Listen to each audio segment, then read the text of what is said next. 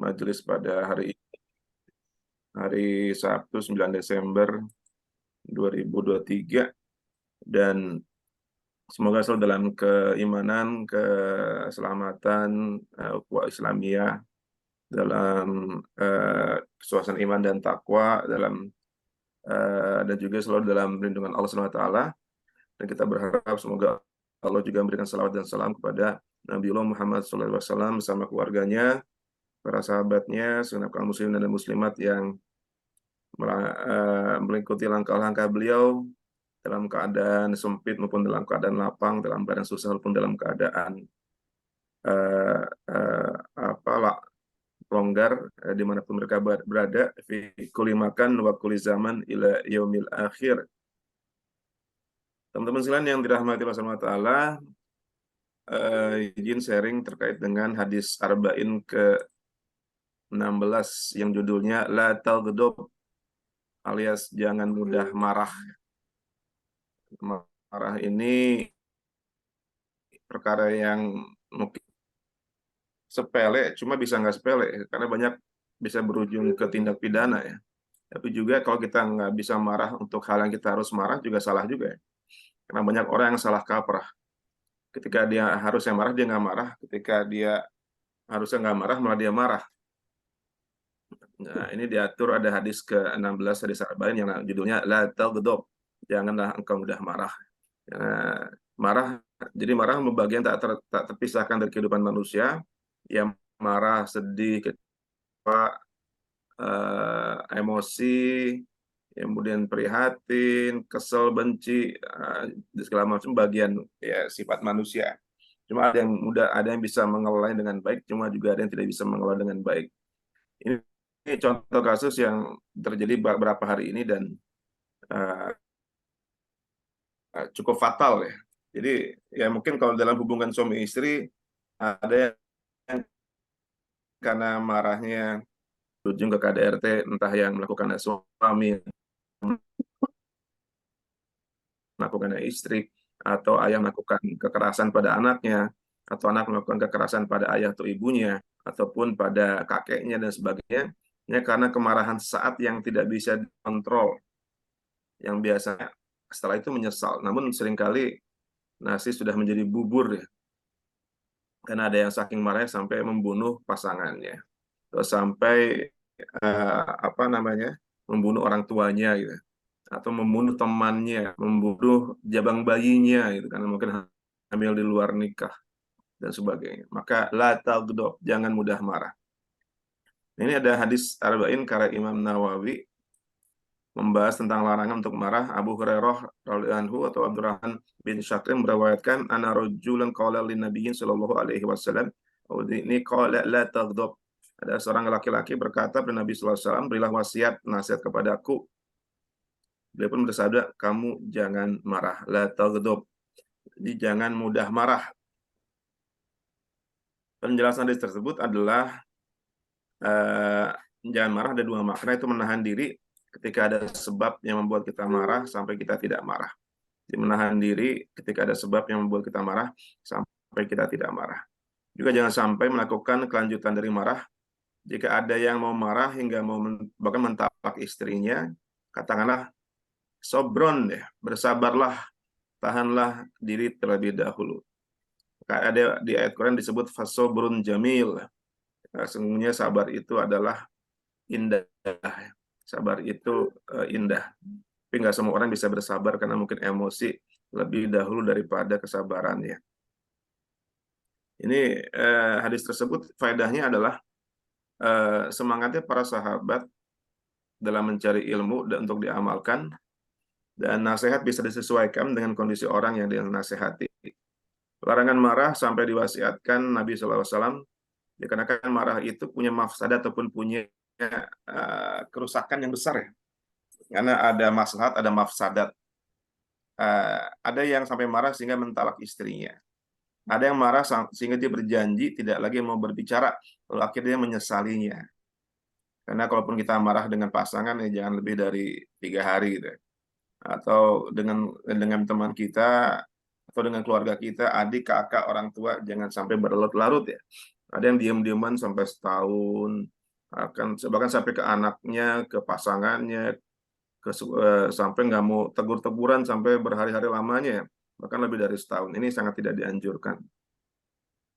Dan Islam melarang akhlak yang jelek, akhlak jadi lawan dari akhlakul karimah, ya. Jadi ada husnul huluk, ada akhlak yang baik, juga ada suul huluk, ada akhlak yang jelek. Sebentar, charger saya mau habis.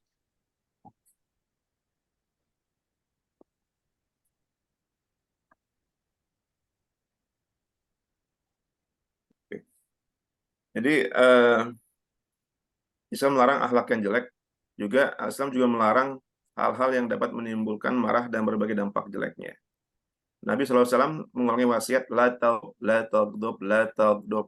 Jangan marah. Menunjukkan pentingnya wasiat ini. Kemudian hadis ini statusnya sahih dan bisa diamalkan. Selain Bukhari, juga ada yang meriwayatkan seperti Ahmad bin Hambal, alias Imam Hambali, Al-Bazar, Abu Saibah, dan lain-lain dengan sedikit tambahan.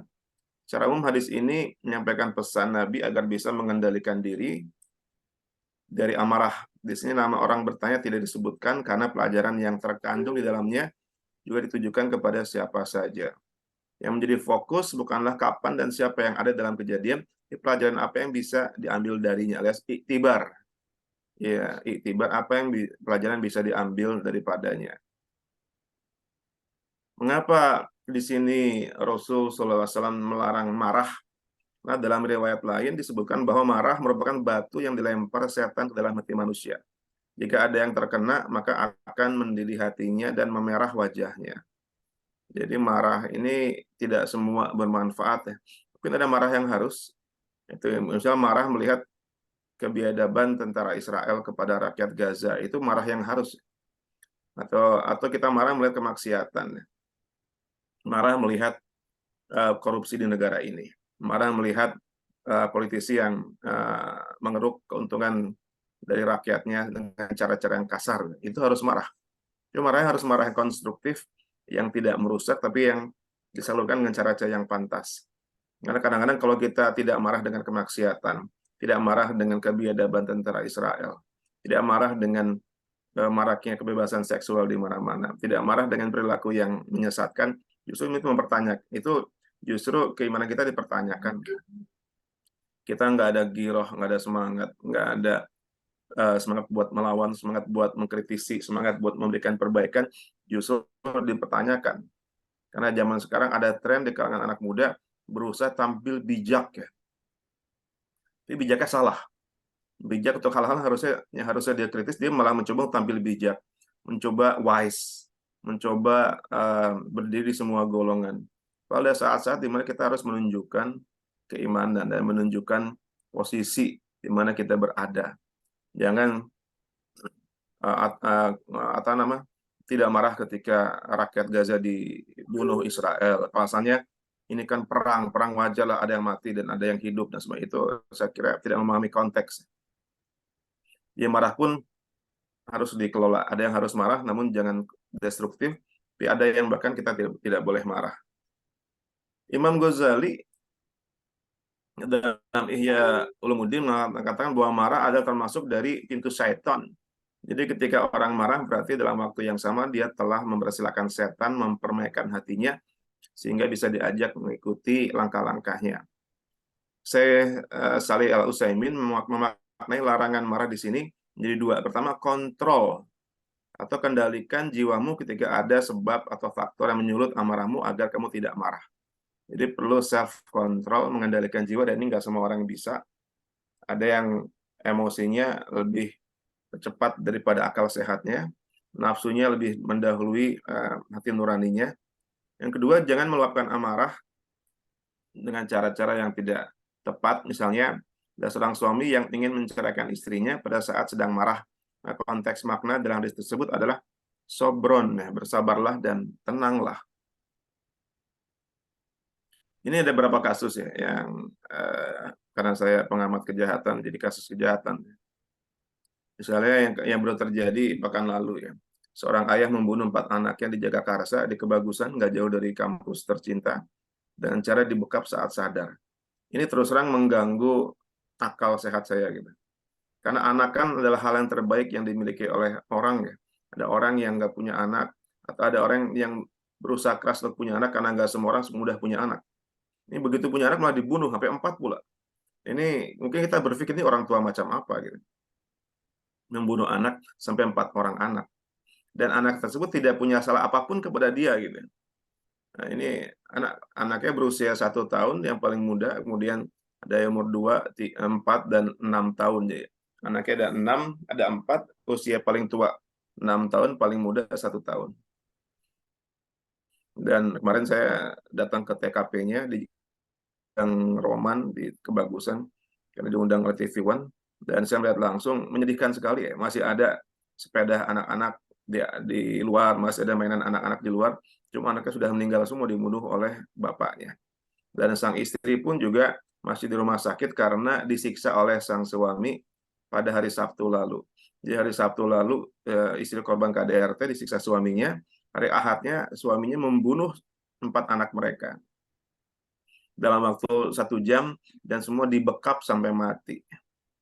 Motifnya belum tahu, cuma sepertinya ini komplikasi antara marah sama istri karena tekanan ekonomi, frustrasi, depresi, juga pengangguran, tidak berdaya, dan tentunya kurang iman ya, kurang iman. Kalau iman kalah dengan syahwat dan nafsu bisa seperti ini. Ini marah yang sangat tidak proporsional dan fatal, bahkan fatal ya. Dan ini musibah kemanusiaan. Saya sampai sekarang masih shock ya, Mas. Ada anak sampai ayah sampai bunuh anak. Kalau bunuh 1 anak mungkin sudah banyak, tapi bunuh 4 anak sekaligus, ini musibah kemanusiaan. Yang kedua, suami bunuh istri di Cikarang. Suami membunuh istri di Cikarang di Bekasi karena cekcok ya terkait dengan ekonomi juga. Memang ekonomi ini jadi fitnah. Juga ya, suaminya cenderung jadi pengangguran atau dia bekerja tidak rutin, pendapatannya sangat rendah, sementara suami istrinya bekerja di sektor yang lebih tinggi, gajinya lebih tinggi 4 kali lipat dari sang suami, sehingga ada masalah cekcok rumah tangga, KDRT, dan ini mirip dengan yang di Jagakarsa, didahului dengan KDRT, dan berujung suaminya menggorok leher istrinya setelah mereka bertengkar, bahwa mereka punya 2 anak yang masih berusia di bawah 3 tahun. Jadi sang anak dititipkan ke mertua, lalu suaminya membunuh istrinya, dan setelah ngebunuh dia nyesel. Ini tipikal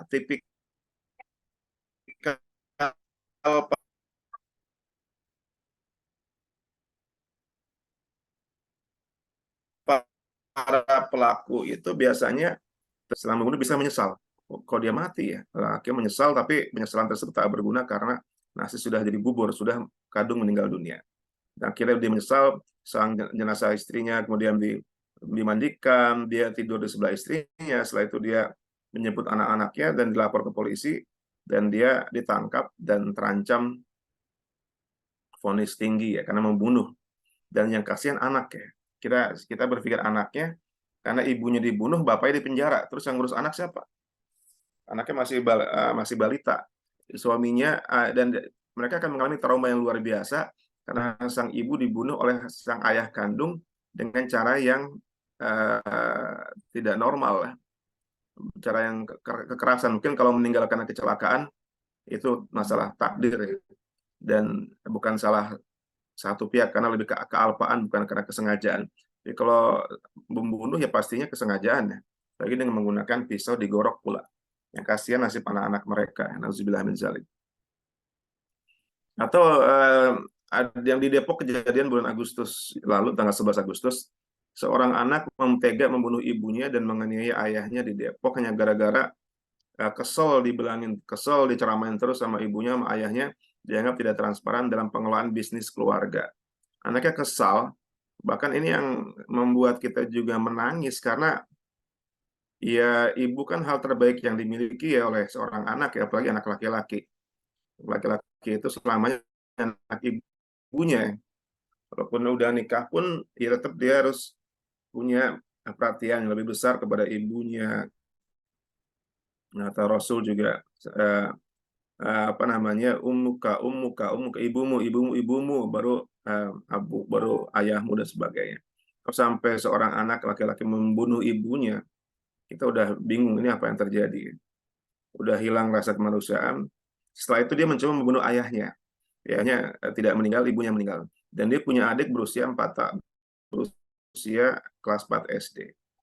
Bisa dibayangkan akan trauma seperti apa sang adik karena sang ibu dibunuh oleh kakak kandungnya dan bapak kandungnya pun dianiaya oleh sang kakak. Ketika sang kakak masuk penjara, sang ibu meninggal dunia. Bagaimana nasib sang adik yang masih berusia kelas 4 SD? Ini semua terjadi karena kemarahan sesaat, ya. Karena emosi yang tak terkontrol, karena marah yang tidak bisa dikelola dengan baik, manajemen kemarahannya, dan akhirnya fatal. Atau kasus adik kelas kita, ini anak kelas internasional alumni angkatan 2015 yang mungkin konyol, ya, marahnya marah yang tidak terkontrol, kejadian di SCBD, dia pakai Fortuner, kemudian berhadapan dengan mobil Brio, pengendara Grab, dan dia marah karena dianggap menghalangi jalannya, karena kemudian biasa didahului dengan bentak-bentakan, saling bentak, saling hina, tapi dia menggunakan cara kekerasan, ngambil kunci setir, kemudian mobil beliau dihancurin, ditabrak-tabrak, dan berujung dia dilaporkan ke Polda, ditangkap polisi, dan dia anak seorang lawyer terkenal juga di Jakarta. Dia akhirnya dipermalukan di media massa dan sebagainya. Jadi ini semua karena kemarahan sesaat yang nggak terkontrol. Dan mungkin sering kejadian dengan kita juga, ya. Tapi jalan raya itu adalah banyak sekali setannya. Gara-gara disalib, kita marah, balas nyalip, kita potong, kemudian turun, nggak terima, saling pukul, dan sebagainya. Akhirnya nggak sedikit yang akhirnya sampai ditembak atau dibunuh olehnya gara-gara pepetas, gara-gara sepele, ya. Hanya karena saling mepet di jalan raya, atau disalib nggak terima. Atau umpatan yang kasar, ya, mungkin umpatan yang jorok dengan bahasa-bahasa yang jorok bisa berujung masa depan hancur, keluarga berantakan ya gara-gara emosi tidak terkontrol dan sebagainya. Begitu banyak kasus-kasus di lapangan bagaimana kemarahan yang tidak terkontrol itu bisa berakibat fatal. Maka kembali pada hadis tadi, la taghdab, janganlah mudah marah. Kemudian berikutnya, ikhwan wal akhwat fillah, sama sahabat-sahabat 90 yang dirahmati Allah Subhanahu wa taala, ada 5 kiat meredam amarah. Ada 5 kiat meredam amarah. Pertama adalah kalau sedang marah kita harus membaca a'udzubillahi minasyaitonirrajim. Membaca ta'awuz, meminta perlindungan pada Allah dari godaan syaitan yang terkutuk. Kenapa sampai minta tolong Allah agar dilindungi dari syaitan? Karena dalil-dalil berikut ini akan terlihat jelas bahwa marah bisa datang dari syaitan. Maka kita mengamalkan firman Allah di ayat berikut, wa imma yanzalnaka minasyaitonir naz'u fasta'iz billah innahu sami'un alim. Dan jika setan datang menggodamu, maka berlindunglah pada Allah, sungguh dia Maha mendengar yang Maha mengetahui. Wa imma yanzaghannaka minasyaitonir naz'u fasta'iz billah innahu sami'un alim. Dan jika setan datang menggodamu, maka berlindunglah pada Allah, sungguh dia Maha mendengar, Maha mengetahui. Itu yang pertama, baca a'udzubillahi minasyaitonirrajim, ta'awuz. Ya, kemudian ada hadis lain disebutkan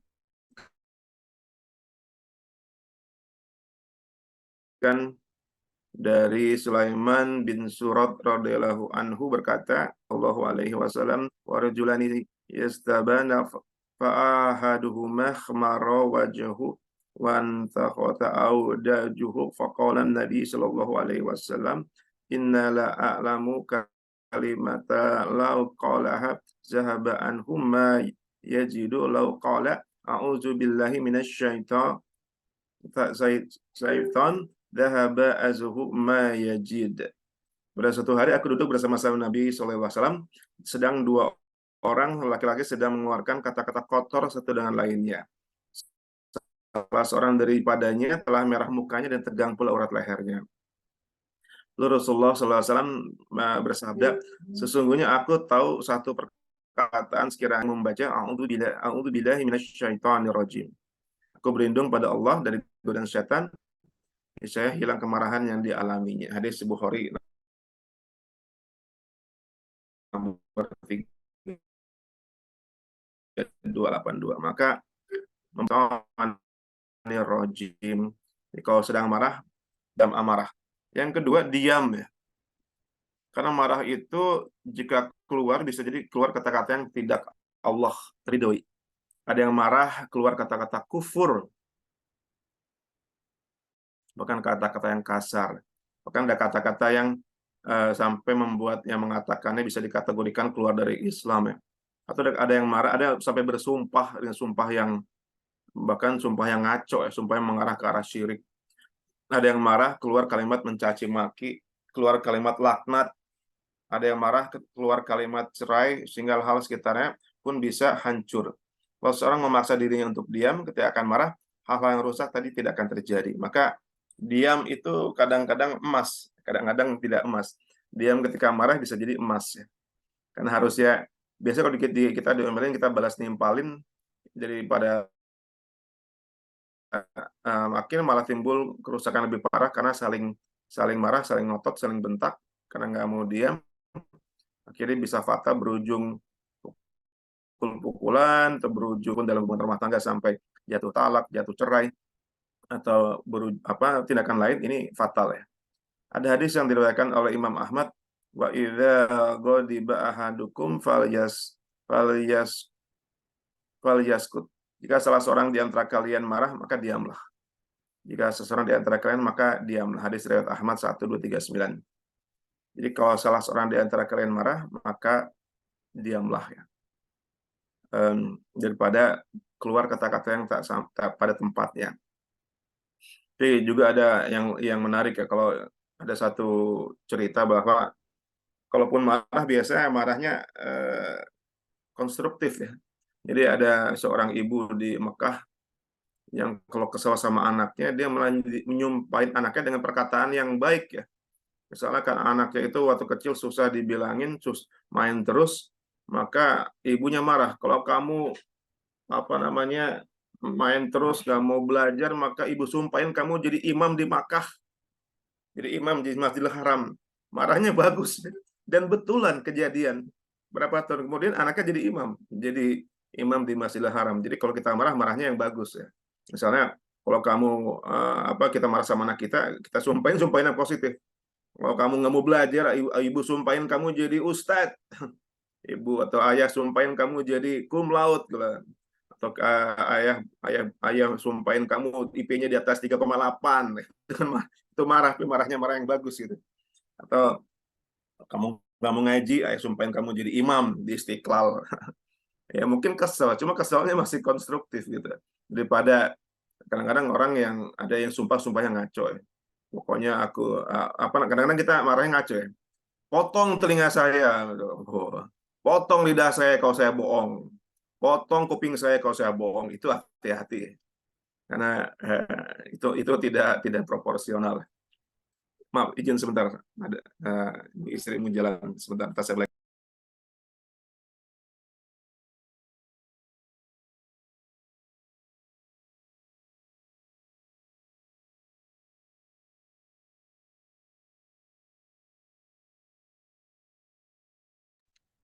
Terus suaranya hilang ya? Lagi izin dulu, Oh iya. istrinya pergi berangkat. Oh iya.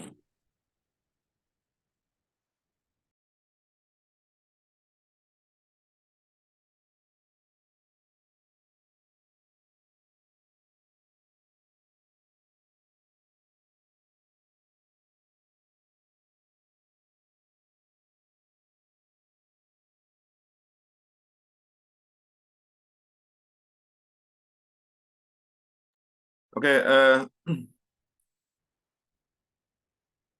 jadi diam ya, yang kedua diam. Kalaupun marah, marahnya yang kayak tadi model ibu-ibu di Arab. Kalau kamu nggak mengaji, ibu sumpahin kamu jadi ustaz, jadi imam di Masjidil Haram. Jadi Abu Dzar radhiyallahu anhu, Nabi SAW bersabda, idza ghadiba ahadukum wa huwa qa'imun falyajlis fa in dhahaba anhul ghadab wa imma falyadtajib falyadtaji. Bila salah satu di antara kalian marah saat berdiri, maka duduklah. Jika marah telah hilang, maka sudah cukup. Namun jika tidak lenyap, maka berbaringlah. Ini cara untuk meredam amarah. Hadis riwayat Abu Daud nomor 4782. Kalau kamu marah saat berdiri, maka duduklah. Jika marah sudah hilang, oke. Tapi kalau masih marah, duduk, maka berbaringlah. Semoga bisa meredam amarah dengan berganti posisi. Yang keempat, mengambil air wudhu ya. Dari Atiyah As-Sa'adi radhiyallahu anhu berkata Rasulullah SAW bersabda, innal ghadaba minasyaitani wa inna syaitana khuliqa min nari wa imma tudfa'un nar bil ma'i fa idza ghadiba ahadukum falyatawaddu. Sungguhnya amarah itu dari setan, dan setan diciptakan dari api. Api akan meredam dengan air. Apabila salah seorang dari kalian marah, hendaknya berwudu. Jadi setelah tadi kalau sedang berdiri, duduk, sedang duduk berbaring, kalau masih marah, ambil air wudu. Ini yang keempat. Yang kelima, kalau sedang marah, ingat wasiat Nabi SAW dan janji beliau yang mengatakan, barang siapa menahan amarahnya, pada mampu meluapkannya, Allah akan memanggilnya di hadapan para makhluk pada hari kiamat untuk memberinya pilihan bidadari yang dia inginkan. Ini wasiat yang sangat menjanjikan. Jadi kalau bisa menahan amarah, pada dia mampu meluapkannya, Allah akan memanggilnya di hadapan para makhluk pada hari kiamat untuk memberinya pilihan bidadari yang dia inginkan. Hadis riwayat Abu Daud nomor 477, Ibnu Majah dan sebagainya. Itu 5 cara meredam amarah, teman-teman sekalian. Namun marah pun juga bisa diperbolehkan ya. Jadi ada saat-saat teman kita harus marah ya. Saya ambil dari website NU Online. Dalam Islam marah ataupun godop itu diperbolehkan untuk membela diri ketika diserang. Karena kalau kita diam saja, diserang agama kita, diserang kehormatan keluarga kita diserang, dan kita diam aja, di mana di mana kewibawaan kita, di mana kehormatan kita, di mana muruah kita. Membela diri ketika membela kehormatan, harta benda, kepentingan umum, menolong orang yang terzolimi, dan mempertahankan agama. Inilah disebut dengan marah yang terpuji. Meski dalam Islam memperbolehkan amarah, namun harus dilakukan dengan persyaratan yang ketat dan kendali yang kuat. Ini untuk menjaga agar kemarahan tidak sampai menimbulkan kerusakan dan membuat pelakunya tergelincir dalam dendam dan emosi yang justru bisa menodai niat dan merusak citra Islam. Jadi marah itu diperbolehkan, bahkan harus ketika dalam rangka membela diri, membela kehormatan, harta benda, kepentingan umum, menolong orang yang terzolimi, dan mempertahankan agama. Misalnya kita nggak marah ketika Al-Quran dibakar ya. Kita kadang-kadang sok-sok bijak dengan mengatakan itu kan bagian dari HAM, nggak apa-apa, itu kan hak asasi dia. Kadang-kadang bijak yang salah. Dan generasi sekarang ini kadang-kadang seperti itu. Mereka nggak paham konteks, cuma sok tahu, sotoy, sok tokau, dan tidak proporsional. Ketika harusnya dia marah, dia nggak marah. Ketika dia harusnya marah, ketika dia harus tidak marah, dia marah gitu. Ini marah yang salah, mencoba untuk bijak, mencoba untuk wise, seolah semua itu benar, semua itu tidak ada yang salah, sehingga dia tidak bisa punya sikap bainal haq wal batil. Mana yang hak, mana yang batil, dia nggak marah ketika ada kerusakan, ketika ada pelanggaran, ketika ini. Jadi ini yang bahaya dari generasi muda sekarang ya, mencoba untuk tampil bijak, tapi bijaknya salah. Karena dia tidak marah melihat kemaksiatan dan cenderung mentolerirnya gitu ya. Nggak marah ketika rakyat Gaza dibunuh, nggak marah ketika Islam dihina, Al-Quran dibakar, masjid dilempar kotoran, nggak marah. Tapi marah untuk hal-hal yang lainnya yang tidak proporsional. Berikutnya adalah contoh yang menarik dari kasusnya Sayyidina Ali bin Abi Thalib. Beliau mantu Rasulullah sekaligus adik sepupu Rasulullah. Sikap menjaga niat dalam kemarahan agar tidak terkotori oleh dendam pernah dicontohkan oleh Sayyidina Ali.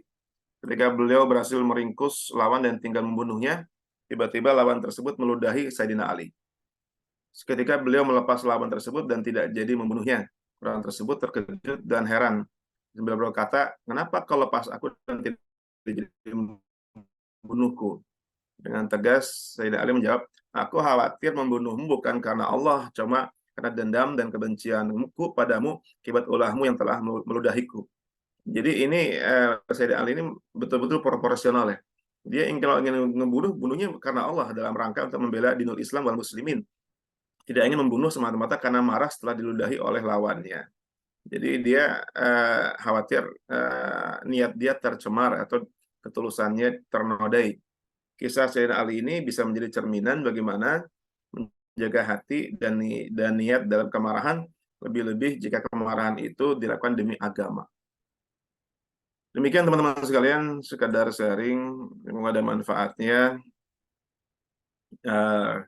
Untuk kita semua, terutama untuk saya pribadi yang sangat doif, sangat lemah, dan kita kadang-kadang juga tidak terkontrol amarah kita ya. Kadang kita marah yang tidak proporsional, yang harusnya marah kita nggak marah, yang harusnya kita nggak marah, kita malah marah ya. Dan tidak sedikit yang berujung pada hal yang fatal. Kadang-kadang masalah sepele, serempetan, senggolan, atau di jalan saling tatap, itu bisa berujung ke fatal ya. Jadi mari kita bisa menjaga hawa nafsu dan mengikuti hadis yang Rasul sampaikan, la taghdab, janganlah engkau mudah marah. Walau bisawab, sebenarnya manfaatnya buat saya pribadi dan juga buat teman-teman sekalian. Aku lakukan wastaghfirullahaladzim walakum minkum billahi taufiq wa hidayah. Wallahu muwaffiq ila aqwamit thoriq. Istabiqul khairat. Wassalamualaikum warahmatullahi wabarakatuh. Ustaz Heru, saya buka untuk 3 pertanyaan, silakan.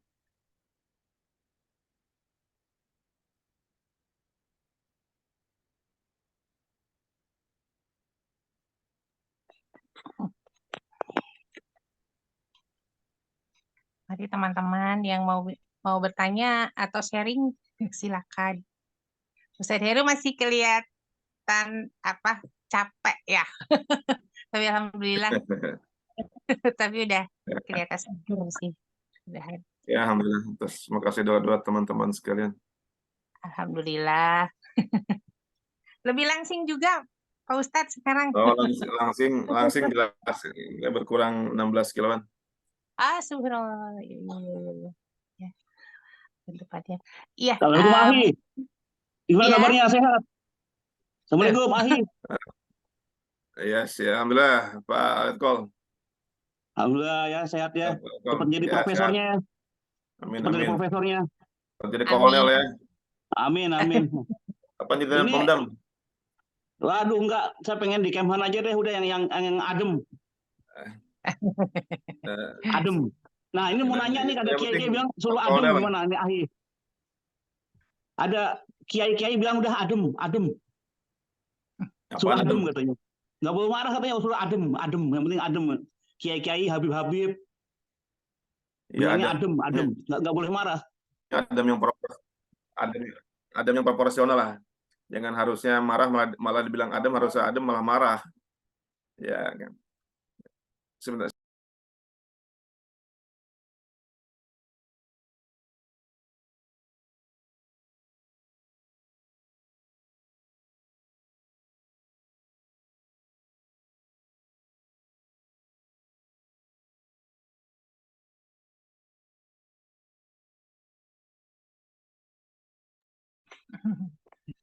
Heru izin tanya, itu tadi. Oke, Ustaz Heru, kita banyak ngelihat kejadian-kejadian atau kejadian lebih banyaknya ya, yang hati kecil kita itu nggak setuju atau mungkin marah gitu loh ya.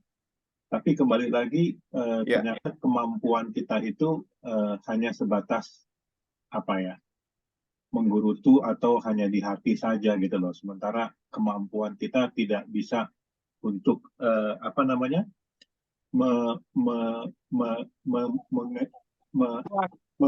merealisasi marah tersebut dalam sesuatu hal yang bersifat positif gitu loh, atau konstruktif. Nah, kalau kayak gitu selain doa, apalagi yang bisa kita lakukan, Ustaz? Terima kasih, Ustaz. Ya, makasih Ustadz Viko. Ya emang kita kadang-kadang harus istighfar dan bertaubat ya. Dan juga bermuhasabah dan bermutabaah. Bermuhasabah ini kita introspeksi, mutabah ini mengevaluasi. Karena misalnya kita seringkali tidak bisa nangis ketika harusnya kita menangis. Dan kita nggak bisa marah ketika harusnya kita marah. Jangan ada yang salah dengan diri kita. Jangan-jangan hati kita sudah mati gitu. Karena dan biasanya membuat hati mati itu karena kebanyakan maksiat ya.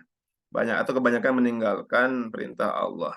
Karena kalau maksiat itu kan seperti kalau di hadis sebutkan kalau orang terlalu banyak maksiat maka hati dia itu akan ada noktah-noktah hitam dalam dirinya. Maksiat satu dapat noktah dan bertambah 2, 3, 4, 5 lama kelamaan seluruh hatinya tertutupi oleh kemaksiatan. Akhirnya dia nggak bisa merasakan nggak bisa memberikan penilaian mana yang salah dan mana yang benar ya. Mana yang hak, mana yang batil karena terlalu banyak maksiat. Atau ketika melakukan kesalahan pun dia nggak merasa itu salah. Ketika meninggalkan sholat nggak merasakan ada yang salah. Ketika sholatnya di ujung-ujung waktu nggak merasakan ada yang nggak benar. Nah, ini udah bahaya, sudah warning. Karena hati manusia juga kan ada 3 kategori nafsu. Ada nafsu yang nafsu amarah bisu, ada nafsu yang menyuruh kepada kejelekan, ada nafsu lawamah, ada jiwa yang sakit, dan ada nafsu mutmainah, ada jiwa yang mutmainah, jiwa yang tenang dan jiwa yang sehat. Nah, makanya orang yang imannya baik dan terjaga biasanya punya nafsu mutmainah, punya jiwa yang tenang. Itu biasa orang yang rajin ibadah, rajin zikir, rajin. Kedua, orang yang di tengah-tengah, yang dia kadang imannya baik, kadang imannya buruk, kadang lemah, ya, sehingga punya nafsu lawamah, nafsu yang sifatnya lemah, dan orang yang kebanyakan maksiat dan nafsu ammarah bisu, nafsu yang menyuruh kepada keburukan ya. Dan ini karena orang kebanyakan maksiat. Akhirnya tadi dia nggak bisa punya kontrol yang baik pada dirinya. Ketika harusnya marah dia nggak marah, ketika harusnya sedih dia nggak sedih, dan dia nggak bisa menangis. Dan ini jadi warning ya, dia nggak merasa takut sama Allah dan dia nggak merasa takut pada perintah-perintah Allah, nggak merasa harus taat. Ini bahaya. Dan kita berlindung dari Allah supaya tidak menjadi orang-orang seperti itu. Karena ya kita mungkin perlu sering introspeksi kadang-kadang seperti kok saya nggak bisa nangis ya, kok saya merasa baik-baik aja gitu. Jangan-jangan ini istidraj gitu. Dan satu ciri istidraj adalah kita terlalaikan ya, karena kita merasa semua baik-baik aja, padahal itu bagian dari hukuman ya.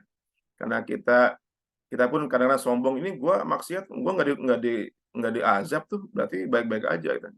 Padahal itu bagian dari istidraj, dari hukuman. Ketika kita merasa semua baik-baik aja, padahal itu sebenarnya bagian kita dilalaikan Allah karena tidak pernah mau mengoreksi kesalahan dan kekurangan diri kita sendiri. Jadi mari berlindung dari perbuatan seperti itu, dan juga terus-menerus muhasabah dan mutabaah supaya hati nurani kita bisa berjalan baik ya. Karena tadi itu ada hadis arba'in yang mengatakan iftauti qalbak. Kalau engkau ingin ragu dengan suatu perbuatan apakah ini baik atau buruk, maka iftauti qalbak, mintalah fatwa pada hatimu. Karena hati itu bisa kita tahu, walaupun itu kita nggak tahu hukum aslinya apa, cuma kita bisa mengetahui bahwa ini hak atau batil, salah atau nggak benar, mubah makruh dari hati kita gitu. Dengan syarat hatinya sehat. Ini boleh nggak ya? Ini korupsi bukan ya? Ini penggelapan bukan ya? Ini subhat bukan ya? Kadang-kadang kita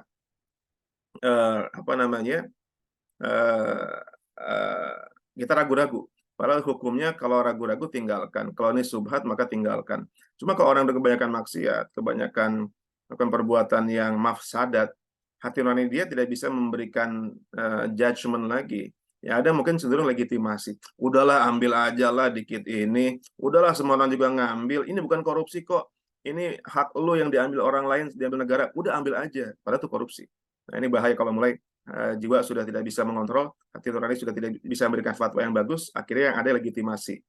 Dan kita sudah melihat bagaimana banyak kehancuran terjadi di orang-orang baik ya, atau orang-orang cerdas, orang-orang yang ketua KPK malah jadi tersangka, Wamen Kumham, seorang profesor pidana, terjerat juga gratifikasi, padahal dia seorang profesor pidana, udah dicopot kemarin dan sebagainya. Jadi orang-orang baik pun, orang cerdas, orang terpelajar itu bisa kepleset kalau dia mungkin ya banyak faktor ya, masalah internal, eksternal, godaan semua, dan kita berlindung pada Allah semoga kita pun tidak terseret-seret ke perbuatan mafsadat seperti itu. Syukron Ustadz Viko. Terima kasih Ustadz Heru. Mungkin saya buka 2 pertanyaan lagi. Iya, boleh ya Ustadz. Mangga. Ini saya menyimak ada mungkin 3 poin di sini. Alhamdulillah Ustadz memberi kami pencerahan, terutama ini kami para ibu-ibu nih yang menghadapi anak-anaknya itu. Kadang kan dengan cara dikasih tahu lemah lembut gitu, tapi masih gitu kan dikasih tahu dengan cara agak sedikit tegas juga gitu. Tapi kadang terakhir kalau sudah ya kita kadang manusiawi akhirnya marah nih. Nah sekarang Pak Ustadz kasih resep nih marahnya, jangan yang sumpah serapah yang mungkin karena kan ucapan seorang ibu atau orang tua itu adalah doa gitu. Jadi ya seperti tadi itu ya, berarti saya sumpahin jadi ustazah gitu ya. Jadi soleh. Aduh, anak soleha gitu ya, berarti harus seperti itu. Karena ucapan itu adalah doa gitu. Alhamdulillah itu menjadi akan saya terapkan nih Ustadz. Kadang kan kalau kita sedang capek ya gitu kan, terus melihat anak kita yang gimana-gimana gitu. Aduh, kadang ngelus dada dulu.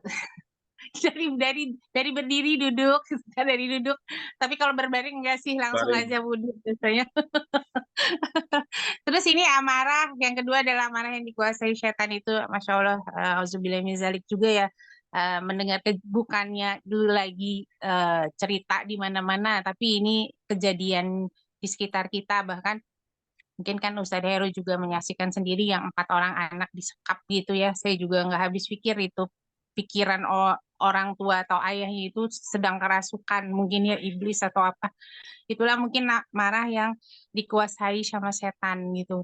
Tapi kita itu kadang kalau memang sedang marah itu kayaknya sih apapun kita merasa benar sih gitu. Itu yang kadang kita harus mengendalikan diri itu. Karena apapun pendapat orang kadang, apalagi pada kondisi saat kita marah, orang yang istilahnya lawan bicara kita menjawab gitu kan, itu biasanya kita malah terpancing gitu. Disitulah mungkin yang harus belajar untuk memanage nih itu apa sih nafsu, mungkin mengendalikan diri kita. Terus amarah yang tadi kapan kita harus marah dan kapan mungkin kita harus menghindari amarah itu.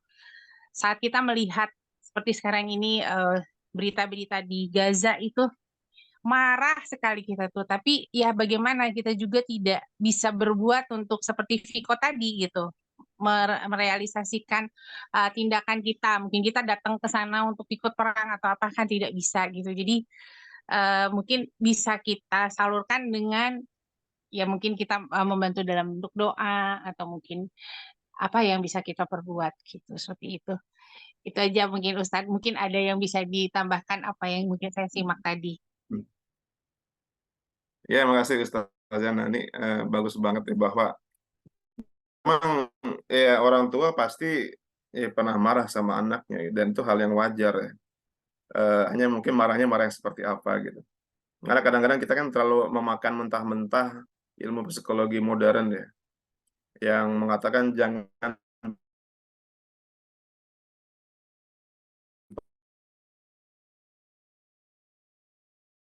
pernah marah sama anak, jangan orang. Maka sejak awal anak dibikin liberal gitu. Silakan deh, ada yang mau jadi lesbian, jadi gay, jadi transgender, terserah ada, yang penting ada happy. Nggak gitu juga gitu ya. Kadang-kadang kan kalau pendidikan orang tua harus mengarahkan anaknya mau jadi apa. Terutama para ayah nih yang jadi punya kontrol di keluarga, juga ibu itu. Kadang-kadang jangan membantah anak, jangan jangan berkata tidak pada anak, padahal nggak juga ya. Karena saya sekolah juga pendidikan Islam di UIK Bogor.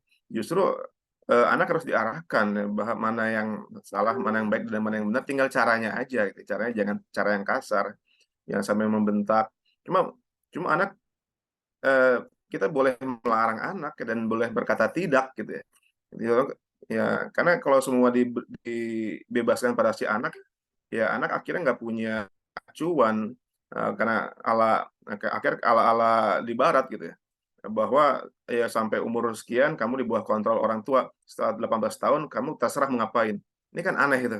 Padahal kan anaknya bawa pacar di rumah, tinggal kumpul-kumpul sama pacarnya, berhubungan seks di rumah, orang tua malah ngasih kondom, ini kan salah kaprah gitu. Atas nama menghargai independensi anak, akhirnya malah orang tua bisa terseret ke neraka gara-gara perilaku kebebasan seksual sang anak. Jadi melarang itu hal yang wajar, berkata tidak juga hal yang boleh, namun tinggal caranya seperti apa ya. Ya termasuk ketika sedang marah juga tadi, kalau melihat ibu-ibu di Arab, terutama keluarga-keluarga yang soleh, yang marahnya proporsional ya. Kalau sampai ya ya tadi kalau kamu main terus ibu sumpahin kamu jadi imam di Masjidil Haram, ya positif ya. Kalau kamu nggak mau belajar, ayah sumpahin kamu lulus cum laude atau masuk S2 di Harvard, S3 di Oxford ya, nggak apa-apa itu konstruktif semua gitu.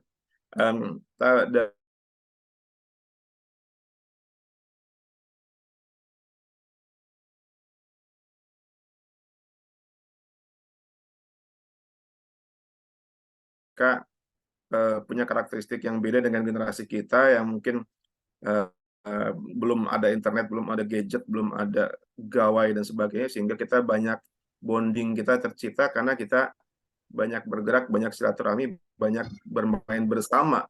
Sedangkan generasi yang baru ini kebanyakan bermain dengan gawai, dengan gadget, dan kurang interaksi dengan sesama manusia, apalagi kena pandemik 3 tahun, akhirnya senang dengan yang serba instan. Serba instan, semua harus instan, nggak mau baca buku, maunya lihat semua pembelajaran nyari di TikTok. Jadi jawaban soal ujian di TikTok dan sebagainya. Cari nggak mau belajar, nggak mau perpustakaan, nggak mau baca buku, semua di TikTok. Dan juga punya masalah mental, sebagian gampang kena mental. Ditegur dikit, ngambek. Ada kasus di Pekalongan, seorang anak kelas 5 SD bunuh diri gara-gara ditegur ibunya karena keseringan main handphone. Ibunya negur anaknya dengan baik-baik, "Adek, sekarang waktunya belajar, jangan main handphone terus ya." Si anak ini atas pundung, mutung, masuk ke kamar, mengunci pintu, menggantung dirinya sampai tewas. Ibunya kaget, kok anak saya nggak keluar-keluar, ternyata anaknya bunuh diri. Kelas 5 SD gara-gara dilarang main handphone. Nah ini kan fatal ya. Dan kita mungkin bisa menghadapi generasi seperti itu saat ini. Jadi memang ya jadi orang tua memang tarik ulur ya, melihat kondisi anak juga.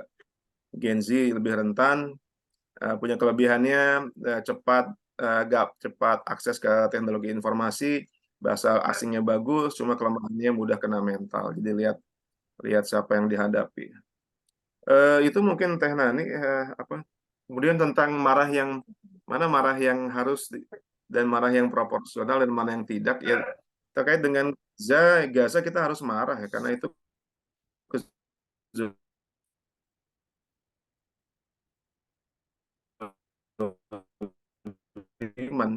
orang dijajah berturun ke sana. Kalau turun ke sana pun kita nggak punya kapasitas, minimal kita bisa fundraise ya. Tapi sekarang masuk winter, karena Gaza masuk winter, suhu bisa di bawah 20 derajat, bisa di bawah 15 derajat ya, dan di sana support listriknya kurang, padahal mereka perlu heater ya. Cuaca dingin, sandang pangan, papan perumahan berkurang. Kalau kita nggak bisa ke sana, minimal kita fundraising dengan harta yang bisa kita miliki, ataupun bantu doa seminimal mungkin dengan doa, dengan bantu support bahan makanan, atau kirim bantu support barang-barang medis. Kan banyak lembaga yang bisa kita support. Dan juga jangan mudah termakan provokasi murahan ya. Selama ini kan kebanyakan provokasi murahan di TikTok, di Twitter yang dari buzzer-buzzer Israel atau buzzer-buzzer Amerika yang mengatakan ini terorisme, ini antisemit, ini apalah, sebenarnya itu mengabaikan fakta bahwa terjadi penjajahan yang berlangsung 70 tahun lebih sampai sekarang, mengusir penduduk aslinya dengan dalih terorisme. Padahal yang teror sebenarnya adalah Israel, yang state terrorism yang aslinya adalah Israel. Nah, kita kadang-kadang kurang literasi, kurang baca, kurang ngobrol, kurang belajar. Kira kita hanya percaya dari TikTok, dari x.com, dari Twitter, dan nggak mau belajar lebih dalam. Demikian sih, terima kasih. Ya, syukran Ustaz. Terima kasih Ustaz. Afwan, Ustaz. Mungkin saya pertanyaan terakhir. Kalau ada pertanyaan, siap. Oke, mungkin ada pertanyaan Ustaz. Seperti tadi udah jelas, menurut saya udah cukup jelas. Kita boleh tutup, izin Ustaz, boleh ditutup dengan doa. Titik doa untuk teman-teman kita yang lagi masih berjuang melawan dengan kesehatannya Ustaz sama guru-guru kita.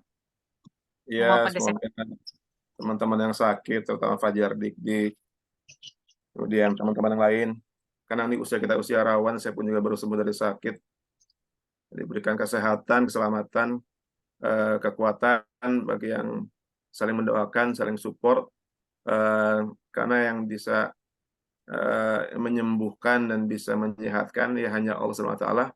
Dokter itu perantara ya, dokter obat itu perantara, tapi semua di tangan Allah. Kadang-kadang orang lebih mementingkan ikhtiar dunia daripada ikhtiar langit, padahal seharusnya keduanya bisa berjalan.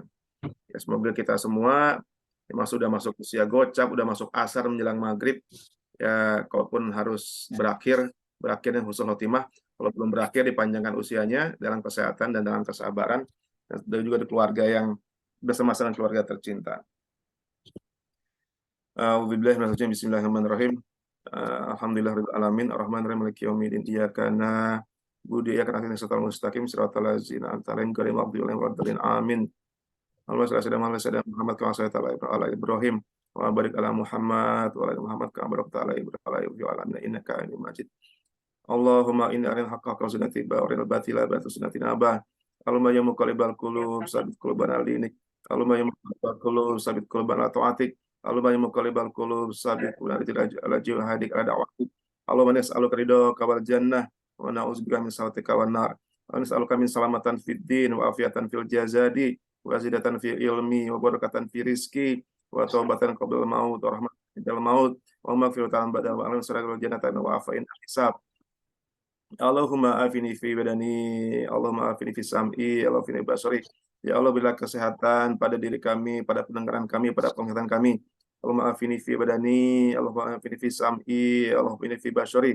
Ya Allah, berilah kesehatan pada badan kami, pada penglihatan kami, pada pendengaran kami, pada jiwa, harta, fisik, dan tubuh kami. Rabbana zalana anfusana wa lam taghfir lana wa tarhamna lanakunanna minal khasirin. Rabbana habna min azwajina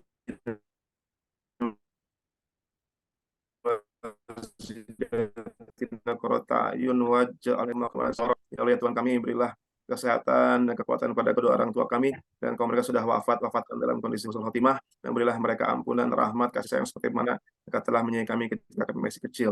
Rabbana atina fid dunya hasanah wa fil akhirati hasanah wa qina azabannar. Subhana rabbika rabbil izzati amma yasifun wa salamun alal mursalin walhamdulillahi rabbil alamin. Amin.